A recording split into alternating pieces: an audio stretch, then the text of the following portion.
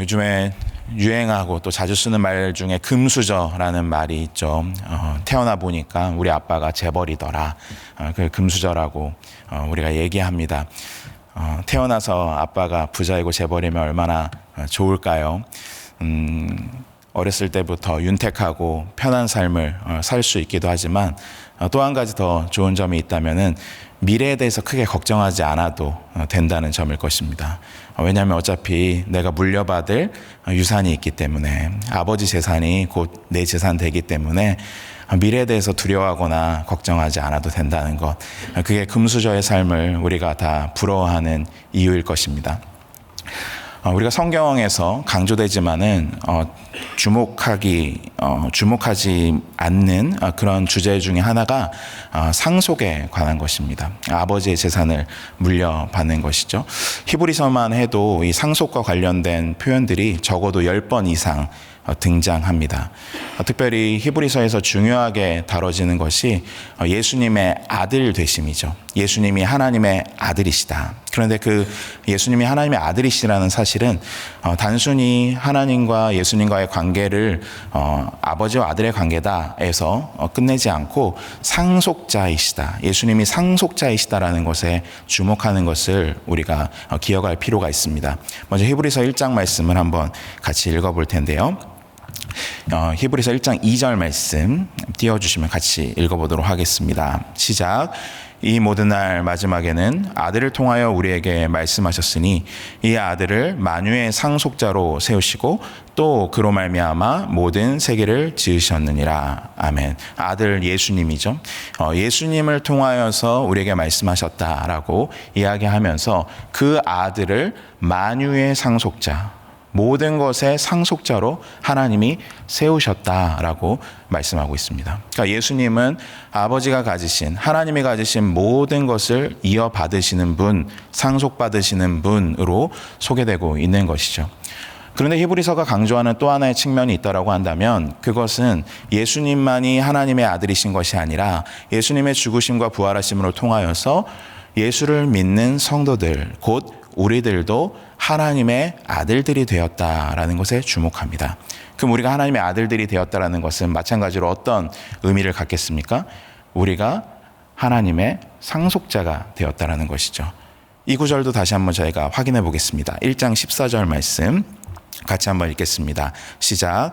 모든 천사들은 섬기는 영으로서 구원받을 상속자들을 위하여 섬기라고 보내심이 아니냐. 아멘. 구원받을 상속자들이라고 표현된 것은 바로 우리를 가리킵니다. 예수 믿는 성도들. 그런데 예수 믿는 성도들을 뭐라고 표현하고 있습니까? 상속자들이다. 예수님도 상속자인데 우리도 상속자이다. 그럼 우리가 무엇을 상속받겠습니까? 예수님이 만유의 상속자이시기 때문에 우리 또한 아버지께서 예비하신 만유, 만물을 상속받을 사람들이다라는 것이죠. 이것을 우리가 잘 기억하고 히브리서에 접근할 필요가 있습니다. 특별히 오늘 11장 말씀도 그러한 맥락 가운데서 나온 말씀입니다. 11장에 앞선 10장에서 그런 주제들이 계속해서 등장하는데요. 우리가 어려운 환난을 어떻게 이겨낼 수 있는가, 이 힘든 시기를 어떻게 견뎌낼 수 있는가, 상속받았기 때문이다. 우리가 상속자이기 때문이다 라고 말합니다. 하늘의 것을 우리가 이미 다 상속받았다. 그리고 그것을 마침내 현실에서 받게 될 것이다. 근데 우리가 별로 이 사실을 기뻐하지 않는 것 같습니다. 우리가 하나님의 상속자라는 것이 우리한테 별로 큰 감흥으로 와닿지가 않는 것 같아요. 왜 그렇습니까? 지금 우리 눈앞에 있는 현실은 상속, 약속 이런 거랑 별로 상관이 없는 현실이기 때문에 그렇습니다. 우리가 정말 만유를 상속받았다라고 성경은 말씀하고 있는데, 그것을 약속받은 사람들이라고 말씀하고 있는데, 당장 우리의 눈앞의 현실을 보면은 오늘 하루 어떻게 먹고 살아야 될 것인가, 그것을 염려하고 걱정하는 삶을 우리가 살아가고 있기 때문이죠. 하나님 아버지의 약속은 너무나 큰데 막상 우리 현실을 놓고 보면 우리 자신은 너무나 작고 초라해 보이는 것이 사실입니다. 이 편지를 받게 되는 이 성도들, 우리보다 더 훨씬 더 어렵고 힘든 고난과 시험을 통과하고 있는 사람들이었습니다. 육체적인 압박이 있었고 핍박이 있었고 또 경제적인 손실을 여러 면에서 감수해야 되는 그런 삶을 살아가던 사람들이었어요. 그 사람들을 어떻게 하면 격려할 수 있을까? 어떻게 하면 지금의 이 환난과 어려움, 시험들을 통과할 수 있도록 격려할 수 있을까? 이제 그러한 생각에서 쓰여진 서신이 바로 이 히브리서라고 할 수 있습니다. 히브리서 기자는 두 가지 전략을 채택하는 것 같아요. 채찍과 당근입니다. 채찍은 무엇입니까? 너희가 지금 견뎌내지 못하면, 너희가 이거 잘 버티지 못하면 너희가 약속받은 상속, 그거 너희 것이 되지 않을 수 있다. 너희가 그거 잃어버릴 수 있다라고 경고합니다. 그럼 당근은 무엇이겠습니까? 모범 사례를 보여주는 거죠. 너희 앞서간 세대들, 너희 같은 어려움 당했지만 그거 다 잘 견뎌낸 사람들이 있다. 그 시간을 통과한 믿음의 선배들이 있다. 그 이야기를 담아내고 있는 것이 히브리서 11장 말씀이라고 할 수 있습니다. 어제 우리가 살펴본 말씀을 통해서 들은 내용들은 아벨에 대한 이야기가 있었고 노아에 대한 이야기가 있었고 또 아브라함에 대한 이야기가 있었습니다. 오늘 또 아브라함과 그 아들들의 이야기가 다시 반복됩니다. 왜냐하면 아브라함에 이르러서 하나님께서 그를 상속자로 세우셨다라는 약속이 매우 확실하고 분명하고 또 반복되기 때문이죠. 어제 우리가 살펴본 내용에서는 아브라함이 어떤 사람으로 소개되었습니까? 하나님께서 약속해 주신 땅으로 갈 때 갈 바를 알지 못하고 간 사람이라고 그렇게 소개되고 있습니다. 우리가 창세기를 읽을 때 당연히 그것에 주목하여서 읽었을 것입니다. 하나님의 약속을 믿고 정말 알지도 못하는 땅으로 가서 그 땅을 마침내 받은 사람, 이렇게 우리는 생각하게 됩니다. 그런데 히브리서 기자는 거기서 한 번 더 읽는 것입니다. 한 번 더 믿음의 관점에서 또 상속이라는 관점에서 해석했습니다. 무엇을 어제 얘기했었나요? 그가 장막을 짓고 살았다라는 것에 히브리서 기자는 관심을 두었습니다. 성읍을 짓지 않고 성을 쌓는 대신에 장막을 짓고 장막을 펼치고 살았다라는 사실에 주목했습니다.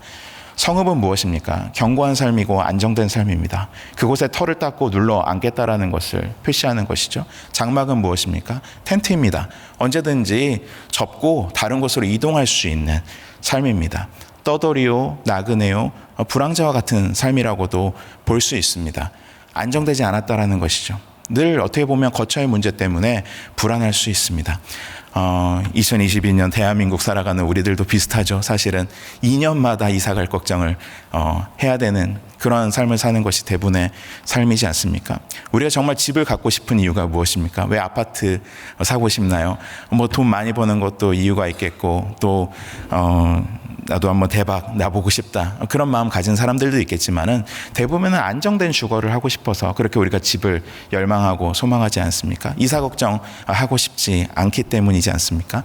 그런데 아브라함과 그 아들들의 삶을 보니까 정말 이사 걱정 많이 하면서 살았던 삶이다. 아브라함뿐만 아니라 그 자녀들인 이삭과 야곱조차도 성읍을 짓지 않고 장막을 짓고 살았다라는 것에 히브리서 기자가 초점을 맞췄습니다. 왜 그런 삶을 살았는가? 히브리서 기자가 해석하는 거죠. 이들은 하나님으로부터 약속받은 가나안 땅이 영구한 땅이 아니라는 것을 알았다라는 것입니다. 하나님이 약속하신 표면적인 약속의 땅은 가나안 땅이었을지 몰라도 진짜 하나님이 진정으로 궁극적으로 약속하신 땅은 여기에 있는 것이 아니다. 하늘에 속한 것이다. 그것을 이 사람들이 알고 그래서 여기다가 성읍을 짓지 않고 장막을 지었다. 그들이 하나님의 약속의 땅을, 그 약속의 땅을 상속받을 것을 기대하고 바라본 사람이다. 이제 어제 그렇게 말씀했었습니다. 오늘 그 연장선에 있습니다. 오늘은 그 약속의 땅을 본향이라고 말하고 있죠. 14절에 보니까 그들이 이같이 말하는 것은 자기들이 본향 찾는 자임을 나타냄이라 라고 했습니다. 이들이 뭐라고 말했습니까? 우리가 이 땅에서 나그네고 외국인이다 이렇게 말했다라고 합니다. 이것은 아브라함의 실제 한 말을 따온 것입니다. 창세기 23장에 그 말씀이 나와 있는데요. 저희가 한번 같이 읽어보도록 하겠습니다. 시작. 나는 당신들 중에 나그네요 거류하는 자이니 당신들 중에서 내게 매장할 소유지를 주어 내가 나의 죽은 자를 내 앞에서 내어다가 장사하게 하시오. 아브라함이 막벨라 굴을 사는 장면입니다. 아내 사라를 장사하기 위해서 굴을 샀죠. 그런데 그걸 사면서 뭐라고 얘기하냐면 내가 나그네고 거류하는 자다 이렇게 얘기했습니다. 내가 여기 땅 주인이다, 나 여기 거주민이다 이렇게 말하지 않고 나는 나그네료 또 거류하는 자일 뿐이다. 나는 이방인과 같은 존재다라고 아브라함이 말한 것이죠. 히브리서 기자는 이 점에 주목했습니다. 이들의 의식은 나그네 의식이 있었다는 겁니다. 이방인 의식이 있었다는 거예요. 왜 그렇게 말했는가? 그들의 본향이 따로 있었기 때문이라는 거죠. 그들이 여기를 본향이라고 생각했다라고 한다면 이런 말 안 했을 거라는 겁니다. 그렇다면 그 본향은 어디에 있는 것입니까? 물론 아브라함은 진짜로 고향을 떠나온 사람이었습니다. 아버지의 집, 본토 친척, 아버지의 집을 떠나서 이곳에 온 사람이었죠. 그럼 그 본향을 얘기한 것이었을까요? 만약에 아브라함이 그 본향을 생각했다면 반드시 돌아갈 기회가 있었을 거라고 말합니다. 그런데 아브라함이 생각한 것은 어떤 본향입니까? 더 나은 본향. 16절에 말씀하죠. 그들이 이제는 더 나은 본향을 사모하니 곧 하늘에 있는 것이라. 히브리서에서 강조되고 반복되는 표현 중에 하나가 더 나은 것, 더 좋은 것이라는 표현이 반복되는 것을 여러분들 다 알고 계실 것입니다. 본향이 있는데 그것은 그냥 그야말로 자기 본토 친척 아버지의 집이 아니라 하늘에 있는 진짜 본향, 하나님께서 예비하신 본향, 그것을 바라보고 있었다는 것입니다. 아버지께서 물려주실 땅을, 그것이 하늘에 있는데 하나님께서 그것을 예비하고 계신데 그것을 기대하며 바라보고 있었다는 거죠. 그러니까 지금 아브라함에게 주어진 현실의 문제가 사실 어떻게 보면은 상대적으로 보일 수밖에 없습니다. 지금 이 땅에서 여러 가지 삶을 고생하면서 살아왔어요. 아브라함도 마찬가지고 야곱도 마찬가지고 이삭도 마찬가지입니다. 힘든 삶을 살았어요. 그런데 히브리서 기자의 평가는 무엇입니까? 그들이 삶을 살아오지만 고난도 당하고 역경도 겪었지만 그들이 정말 바라보고 있었던 것은 본향이다. 하늘에 있는 본향이다 라는 것이죠. 이것이 어떻게 보면 오늘날 우리 교회가, 우리 성도들이 많이 잊어버리고 있는 약속이 아닌가 생각됩니다. 하늘에 있는 본향에 대해서 말하는 것을 미신적으로 생각하는 풍토가 있습니다. 그거 유치하다라고 생각하는 풍토가 있어요. 나는 천국 소망을 가지고 있어. 나는 하나님의 나라를 소망해. 나는 하늘에 있는 것을 기대하고 있어. 이러는 것을 굉장히 조금 수준 낮은 신앙이다, 이렇게 생각하는 흐름이 있습니다. 별로 세련되어 보이지 못한다라고 생각하는 사람들이 있는 것 같아요. 그런데 성경의 관심은 그렇지 않습니다. 성경의 관점은 그렇지 않아요. 하늘을 바라보면서 살아야 된다는 겁니다. 하늘에 있는 본향을 사모하면서 사는 삶이 믿음의 삶이다. 지금 이 땅에서 주어지는 것을 바라보지 않고, 지금 이 땅의 것을 추구하지 않고 하늘에 있는 것을 추구하면서 살아가는 것이 신자의 삶, 성도의 삶이라고 계속 우리에게 말씀하고 있는 것입니다. 그러한 삶을 얘기하면서 오늘 또다시 아브라함의 이야기가 반복되고 이삭, 야곱, 요셉까지를 오늘 다루게 됩니다. 짧게 살펴보도록 하겠습니다. 17절 말씀을 저희가 한번 같이 읽어보도록 하겠습니다. 17절 말씀 한 목소리로 읽습니다. 시작. 아브라함은 시험을 받을 때 믿음으로 이삭을 드렸으니 그는 약속들을 받은 자로되 그 외아들을 드렸느니라. 우리가 잘 알고 있는 아브라함이 하나님께 이삭을 번제로 바치려고 했던 그 이야기를 다루고 있습니다. 아브라함이 어떻게 이삭을, 그 외아들이라고 여기도 나오고 있는데 외아들을 드릴 수 있었을까? 하나밖에 없는 아들을 하나님 앞에 어떻게 드릴 수 있었을까? 어떻게 드리고자 했었을까? 그것에 대해서 설명하는 거죠. 대단한 믿음을 가졌다라고 생각할 수 있습니다. 그리고 분명히 이것은 대단한 믿음입니다. 그런데 히브리서 기자가 어떻게 이 부분을 조밀하게 접근하고 있는지 우리가 좀 살펴볼 필요가 있습니다. 18절을 보니까요. 그에게 이미 말씀하시기를 내 자손이라 칭할 자는 이삭으로 말미암음이라 하셨으니 그가 하나님이 능히 이삭을 죽은 자 가운데서 다시 살리실 줄로 생각한지라. 비유컨대 그를 죽은 자 가운데서 도로 받은 것이니라. 지금 아브라함의 이 놀라운 결단, 놀라운 헌신을 히브리서 기자는 어떻게 평가하고 있는가? 생각했다라는 것입니다. 생각했다. 무엇을 생각했습니까? 아브라함에게 하나님이 하셨던 말씀을 생각하고 거기서로부터 어떤 논리적인 귀결을 얻어냈다라고 말하고 있는 것입니다. 이미 하나님은 말씀하셨어요. 이삭으로부터 날 자가 내 후손이 될 것이다. 내 후손은 이삭으로부터 난다. 아브라함에게는 이삭 외에 다른 아들들도 없었습니다. 이삭이 있었어요. 이삭만 남아있어요. 그런데 하나님께서 이삭으로부터 그 후손 상속자를 주시겠다라고 약속하셨습니다. 그런데 지금 현실은 어떻습니까? 이삭을 바치라고 합니다. 이삭의 죽음이 눈앞에 와 있습니다. 이 두 개는 서로 갈등되는 것이죠. 긴장을 이루고 있습니다. 약속은 이삭이 살아야 되는 겁니다. 그런데 현실은 이삭은 죽게 생겼습니다. 이 두 개가 부딪혔을 때 뭘 기억했다는 겁니까? 약속을 기억했어요. 약속을 붙들었습니다. 아브라함에게 주셨던 하나님의 말씀을 붙들었다는 것입니다. 현실은 이삭의 죽음이지만 하나님의 약속은 그 현실을 뛰어넘게 하는 힘이 있었다는 것이죠. 그것을 맹목적으로 붙든 것은 아닙니다. 그냥 어떻게 되겠지 이게 아니라요. 고민하고 생각한 것입니다. 하나님의 약속은 허투루 하신 것이 아닐 텐데, 하나님의 약속은 반드시 이루어질 것인데, 근데 현실은 이삭이 죽게 생겼다. 그럼 하나님은 왜 이 상황을 허락하신 것일까? 그래, 현실은 이삭의 죽음이 눈앞에 와 있지만 하나님의 약속이 더 크시기 때문에 하나님은 그 죽은 이삭도 살려내실 것이다. 그걸 생각했다라는 것입니다. 믿음이라는 것은요, 히브리서가 지금 말하고 있는 것은 맹목적인 것이 아닙니다. 그냥 막 달려들라는 이야기가 아닙니다. 하나님의 약속을 생각하라는 겁니다. 하나님의 말씀을 기억하라는 것이죠. 그리고 그 말씀과 그 약속을 현실에 있는 어떤 문제보다 더 우위에 놓으라는 것입니다. 말씀이, 하나님의 약속이 우리의 현실을 지배되게 하는 것, 그것이 바로 히브리서가 말하고 있는 믿음이라는 것이죠. 그래서 이삭을 바치려고 했고 바칠 수 있었습니다. 그런데 하나님께서 결국에는 바치지 못하게 하시고 그 이삭을 다시 돌려주셨죠. 그래서 히브리서 기자는 그것은 비유하자면 이미 이삭은 죽은 것이고 이삭을 부활로서 다시 받은 것이나 마찬가지다, 이렇게 해설하고 있는 것입니다. 이 아브라함의 이야기는 참 드라마틱한 이야기입니다. 성경 여러 곳에서 계속해서 반복하여 나타날 정도로 정말 큰 믿음의 이야기인 것 같습니다.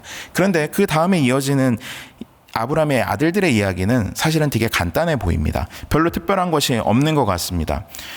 20절 볼까요? 믿음으로 이삭은 장차 있을 일에 대하여 야곱과 에서에게 축복하였으며 믿음으로 야곱은 죽을 때 요셉의 각 아들들에게 축복하고 그 지팡이 머리에 의지해 경배하였으며, 이삭과 야곱 이야기는 한 절로서 딱딱 끝납니다. 그런데 그것도 굉장히 간단해요. 자기 아들들에게 축복했다는 이야기입니다. 어떻게 보면 별로 대수롭지 않게 생각될 수 있습니다. 당연히 아버지로서 아들을 축복하는 거 아닌가. 그런데 성경에서 아버지가 아들을 축복한다는 것은 상속과 관련되어 있다는 것을 우리가 기억할 필요가 있습니다. 우리가 야곱 이야기 생각하면은 분명해지지 않습니까? 이삭한테 야곱이 속임수를 써서라도 축복받으려고 했습니다. 왜냐하면 거기에 상속권이 있기 때문이죠. 상속과 관련되어 있습니다. 아버지가 아들에게 축복한다는 것은 내 유업을 너에게 물려주겠다라는 표현입니다. 이삭이 야곱과 에서에게 그렇게 했고 야곱이 요셉의 아들들에게 그렇게 했습니다. 상속이 계속해서 이어진다는 것입니다. 그렇다면 이들은 무엇을 상속했습니까? 이들이 땅을 주었습니까? 네, 가시적으로는 자신들이 가지고 있는 땅과 소유들을 주었을 것입니다. 그런데 오늘 전체적인 성경의 흐름에 비추어 본다면 이들이 진짜 전수해 준 것은 무엇입니까? 하나님의 약속이죠. 본향에 대한 약속, 영구한 도성에 대한 약속, 하늘에 있는 한 성읍에 대한 약속을 계속해서 그 자녀들에게 전수해 주신 것입니다. 그러므로 사랑하는 성도 여러분, 우리가 지금 자녀들에게 줄 것이 없어서 너무 안타까워하지 않으셨으면 좋겠습니다. 내가 지금 이 오랜 인생 살아왔는데 우리 자녀들에게 물려줄 것이 하나도 없다. 내가 번듯한 집 한 채 물려줄 것이 없다. 그것 때문에 마음 아파하지 않으셨으면 좋겠어요. 그것보다 더 중요한 것이 있습니다. 그것은 바로 말씀을 물려주는 것입니다. 하나님의 약속을 물려주는 거예요. 근데 그 하나님의 약속과 하나님의 말씀을 어떻게 물려줘야 되겠습니까? 그냥 이것이 하나님의 말씀이다, 이렇게 우리가 물려줄 수 있을까요? 그렇지 않습니다. 그렇지 않습니다. 오늘 말씀을 다시 한번 앞으로 돌아가서 생각해 보니까요, 14절에 그들이 이같이 말하는 것은 자기들이 본향 찾는 자임을 나타냄이라, 이렇게 말했습니다. 그들이 외국인과 나그네임을 증언하고 말했는데 그것은 자신들이 본향을 찾고 있는 사람들이라는 것을 나타내서 보여주기 위함이라고 이야기했습니다. 선교라는 것이 무엇입니까?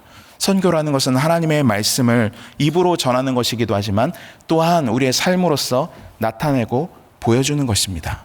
오늘날 왜 우리의 메시지에 힘이 약화되는 것처럼 느껴집니까? 우리가 말씀으로는 한 번 죽는 것은 사람에게 정한 것이고 그 후에 심판이 있을 것이라고 말하며 우리가 천국을 소망해야 된다라고 이야기하고 있지만은 정작 우리의 삶은 현실의 모든 문제에만 몰두해 있기 때문이지 않습니까? 우리가 마치 이 땅이 영원한 것처럼 살아가고 있기 때문에 우리의 메시지에 힘이 없는 것 아닙니까? 우리가 왜 사람들에게 하나님의 그 성읍을 바라는 사람들로서 나타나지 않고 오히려 이 세상에 매여 있는 사람들처럼 보이는 것이겠습니까? 우리가 그 말씀을 아직 온전히 붙들고 있지 못하기 때문인 거죠. 약속과 현실 사이에서 현실의 문제를 더 크게 바라보고 있기 때문입니다. 그렇지 않습니다. 믿음의 사람들은 현실을, 그 죽음과 같은 현실을, 그 고통스러운 현실을 말씀을 붙들고 통과했던 사람들입니다. 믿음을 가지고 말씀을 생각하면서 견뎌냈던 사람들입니다. 오늘 마지막으로 소개되는 요셉은 어떠합니까? 22절에 보니까 믿음으로 요셉은 임종시에 이스라엘 자손들이 떠날 것을 말하고 또 자기 뼈를 위하여서 명령하였다라고 말합니다. 요셉이 결국엔 죽어요. 애굽에서의 모든 영화를 다 누렸던 사람입니다. 존귀와 명예를 얻었던 사람입니다. 그런데 그가 임종 때 기억한 것이 무엇인가? 여기에 말했다라고 되어 있지만 더 정확하게 하자면은 기억했다라고 할 수 있습니다. 이스라엘의 출애굽을 기억했다. 이스라엘의 출애굽 아직 일어나지 않았는데 어떻게 이스라엘 출애굽을 요셉이 기억할 수 있었을까요? 말씀 때문이었습니다. 하나님이 아브라함에게 주셨던 약속 때문이었습니다. 너희의 후손이 4대 동안 타국에서 고생하다가 마침내 그들이 그 나라에서 나오게 될 것이라고 하신 그 약속을 요셉은 기억한 것입니다. 그것을 기억할 뿐만 아니라 무엇을 부탁했습니까? 자신의 뼈를 출애굽할 때 같이 챙겨가 줄 것을 부탁했습니다.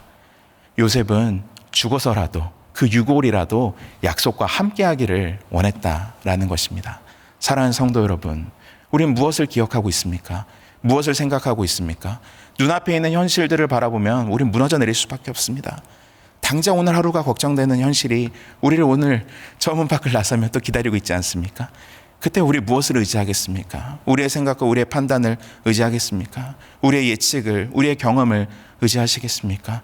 아니죠. 하나님의 사람은 하나님의 말씀을 의지해야 됩니다. 하나님의 약속을 의지해야 됩니다. 하나님 우리에게 약속하신 큰 것들이 있습니다. 하나님 우리를 위해서 예비하신 것이 있습니다. 더 좋은 것이 있습니다. 그것에 시선을 고정하십시오. 그것을 바라보십시오. 이 땅이 전부인 것처럼 살지 마시고 이 생이 전부인 것처럼 우리가 살지 않았으면 좋겠습니다. 우리는 약속의 땅을 바라보는 사람들입니다. 본향을 기다리는 사람들입니다.